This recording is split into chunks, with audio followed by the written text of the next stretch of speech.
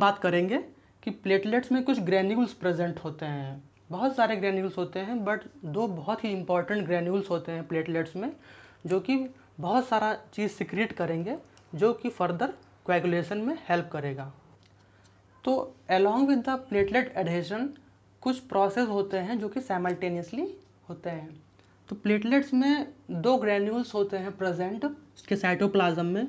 एक होता है अल्फा ग्रैन्यूल्स और एक होता है डेंस ग्रैन्यूल्स, या फिर उसको हम डेल्टा ग्रैन्यूल्स भी कहते हैं, है ना।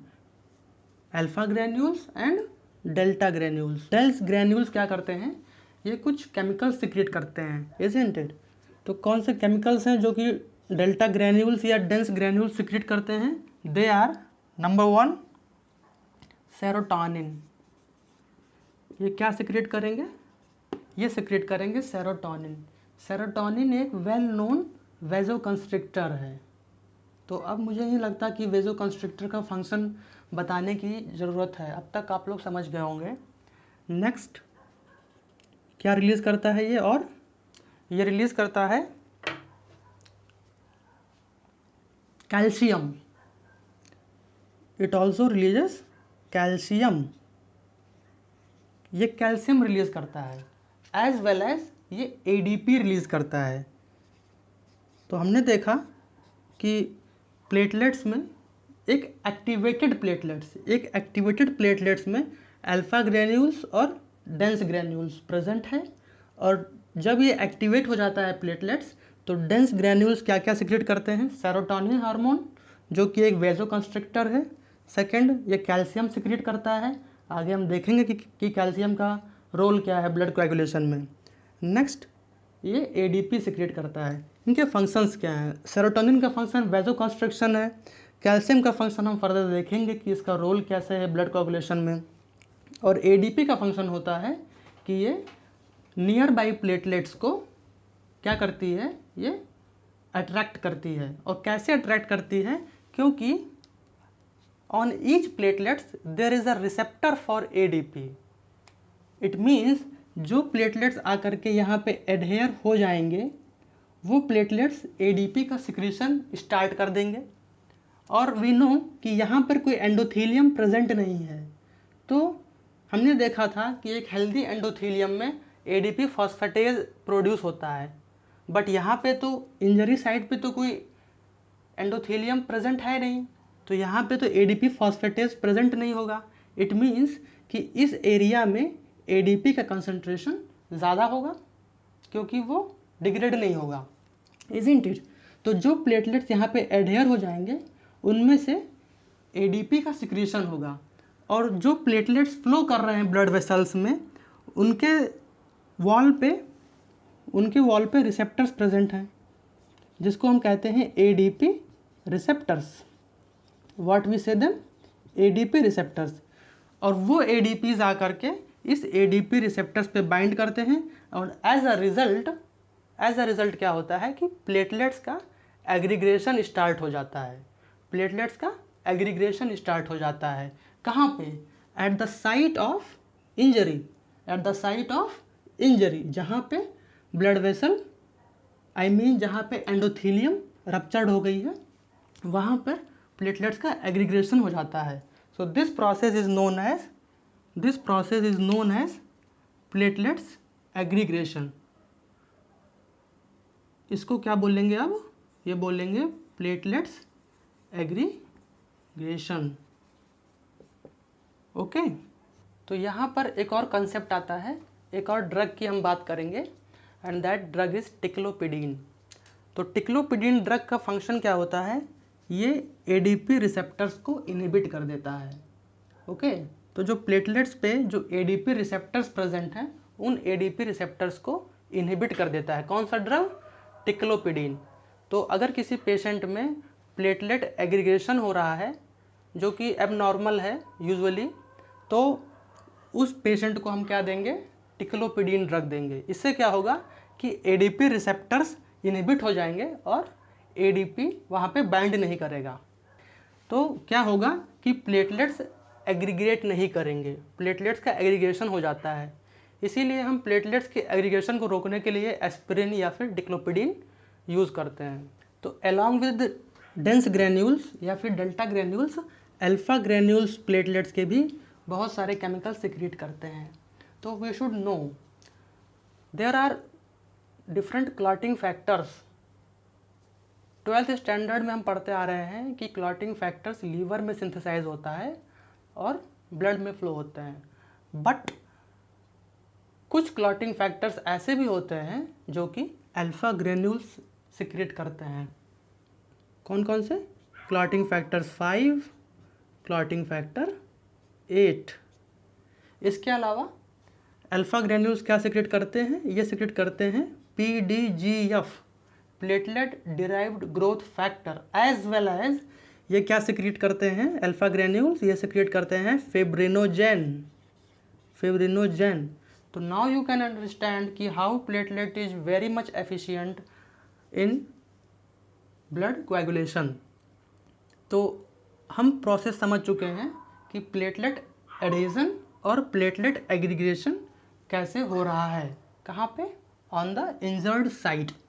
तो हमने समझ लिया है कि प्लेटलेट्स कैसे 1 विलिब्रेंट फैक्टर्स पे आकर के एडहेयर हुए, फिर कैसे वो किस मैकेनिज्म से प्लेटलेट्स इंजरी साइट पे एक्यूमुलेट हुए। तो सपोज ये प्लेटलेट्स मैं ड्रॉ कर दे रहा हूँ जो कि एक इंजरी साइट पे आकर के एक्यूमुलेट कर गए हैं। तो this is called platelet aggregation. Platelet aggregation और प्लेटलेट एडहेजन में अंतर है। अंतर क्या है? जब प्लेटलेट एक नॉन प्लेटलेट सरफेस से बाइंड करे, इट मीन्स जब प्लेटलेट एक्सपोज्ड सब एंडोथीलियल सरफेस पे बाइंड करे जहाँ पे कोलेजन का एक्सपोजर है, तो उसको हम बोलेंगे प्लेटलेट्स एडहेजन। बट जब प्लेटलेट्स एक दूसरे से बाइंड करेंगे, when platelets will bind to each other, then that process will be known as platelet aggregation. So it is important you all should remember this. So this binding of platelet to each other is known as primary platelet plug formation या फिर primary hemostatic plug। तो इसको हम क्या बोलेंगे? This is known as primary hemostatic plug, haemostatic plug या फिर primary platelet plug. Because यहाँ पे जो प्लेटलेट्स हैं ये एक दूसरे से बाइंड है, यहाँ पे इनकी बाइंडिंग अभी लूज है, बट जब इसमें फिब्रिन थ्रेड्स, इसमें WBCs, इसमें RBCs जब आकर के स्टिक कर जाएंगे और इसको और टाइट कर देंगे, then we will say them secondary haemostatic plug. ठीक है? So what is this? It is loose. We can write that primary hemostatic plug is loose, it can break, so that's why it is necessary कि अब इनमें fibrin threads आकर के यहाँ पे attach होंगी। एज वी नो ब्लड में बहुत सारे क्लॉटिंग फैक्टर्स प्रेजेंट होते हैं, अप टू 13। तो हम जैसे जानते हैं कि क्लॉटिंग फैक्टर 12 एक्टिवेट करता है क्लॉटिंग फैक्टर 11 को, 11 करता है क्लॉटिंग फैक्टर 9 को, क्लॉटिंग फैक्टर 9 फर्दर एक्टिवेट करते हैं क्लॉटिंग फैक्टर 10 को। तो एक क्लॉटिंग फैक्टर दूसरे क्लॉटिंग फैक्टर को एक्टिवेट करने का काम करता है ना। बट ये क्लॉटिंग फैक्टर्स को फिक्स करने के लिए कैल्शियम की रिक्वायरमेंट होती है, और उसे फिक्स करना होता है इस प्लेटलेट्स प्लग के सरफेस पे। प्लेटलेट प्लग्स के सरफेस पे उस क्लॉटिंग फैक्टर को फिक्स करने के लिए हमें कैल्शियम की रिक्वायरमेंट होती है। तो बेसिकली जो क्लॉटिंग फैक्टर्स होते हैं, clotting factors are made of proteins, है ना। दे आर प्रोटीन्स यूजुअली, और प्रोटीन्स किससे बने होते हैं? They are made of amino acids. Proteins बने होते हैं अमाइनो एसिड से, और इसमें क्लॉटिंग फैक्टर्स में ग्लूटामिक एसिड के रेसिड्यूज प्रेजेंट होते हैं। तो ये स्ट्रक्चर है ग्लूटामिक एसिड का, NH2CH COO minus CH2 CH2 COO-। तो ग्लूटामिक एसिड का स्ट्रक्चर आप देख रहे हैं, ये सेंट्रल कार्बन है जिसको हम बोलते हैं अल्फा कार्बन, एक तरफ अमाइनो ग्रुप, एक तरफ कार्बोक्सिल ग्रुप। ये कार्बोक्सिल ग्रुप पार्टिसिपेट करेगा पेप्टाइड बॉन्ड बनाने में नेक्स्ट अमाइनो एसिड से, वेयर एज ये हो गया बीटा कार्बन और ये हो गया गामा कार्बन। तो गामा कार्बन पे जो कार्बोक्सिल प्रेजेंट है ये कैसा है, ये नेगेटिव चार्ज है।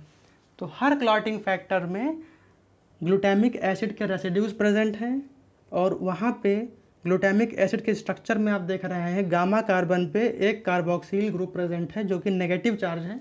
इससे आकर के कैल्शियम बाइंड करता है, we can say because that is a positive charge, that is a cation. और उससे क्या होता है कि ये क्लॉटिंग फैक्टर्स को हेल्प करता है कि वो इस प्लेटलेट प्लग के सरफेस पे फिक्स रहें, इधर उधर मूव ना करें, है ना। बट मोस्ट इम्पॉर्टेंट थिंग कि ये जो कार्बोक्सिलेशन हो रहा है, दिस कार्बोक्सिलेशन क्लॉटिंग फैक्टर्स के ग्लूटामिक एसिड रेसिड्यूज पे जो गामा कार्बन पे जो है कार्बोक्सिलेशन हो रहा है, ये बहुत नेसेसरी होता है और ये होता है by the help of vitamin के। तो नाउ यू कैन अंडरस्टैंड कि कैसे विटामिन के नेसेसरी है। एक विटामिन के डिपेंडेंट एंजाइम चाहिए होता है, उस विटामिन के डिपेंडेंट एंजाइम के हेल्प से ग्लूटामिक एसिड का गामा कार्बन कार्बोक्सिलेट होता है। तो अगर विटामिन के प्रेजेंट नहीं है तो जो विटामिन के डिपेंडेंट एंजाइम है वो यहाँ पे कार्बोक्सिलेशन नहीं कर पाएगा ग्लूटामिक एसिड के कार्बोक्सिल ग्रुप का। एज अ रिजल्ट होगा क्या, जो क्लॉटिंग फैक्टर्स हैं वो इनएक्टिव रह जाएंगे। Without carboxylation of gamma carbon clotting factors are of no use. अगर क्लॉटिंग फैक्टर्स के ग्लूटामिक एसिड रेसिड्यू पे उसके गामा कार्बन पे अगर कार्बोक्सिल ग्रुप प्रेजेंट नहीं है तो उस क्लॉटिंग फैक्टर का भी कोई फंक्शन नहीं है, दे आर फंक्शनलेस। ओके, सो अब आप समझ पा रहे होंगे कि कैल्शियम का रोल और विटामिन के का क्या रोल है ब्लड कोएगुलेशन कैस्केड में। हम फर्दर बात करेंगे कि किस तरीके से एक सॉल्युबल फिब्रिनोजेन कन्वर्ट होता है इनसॉल्युबल फिब्रिन थ्रेड्स में नेक्स्ट वीडियो में। So if you have like the video then press that like button, comment it and as well as subscribe to our channel. Thank you for watching.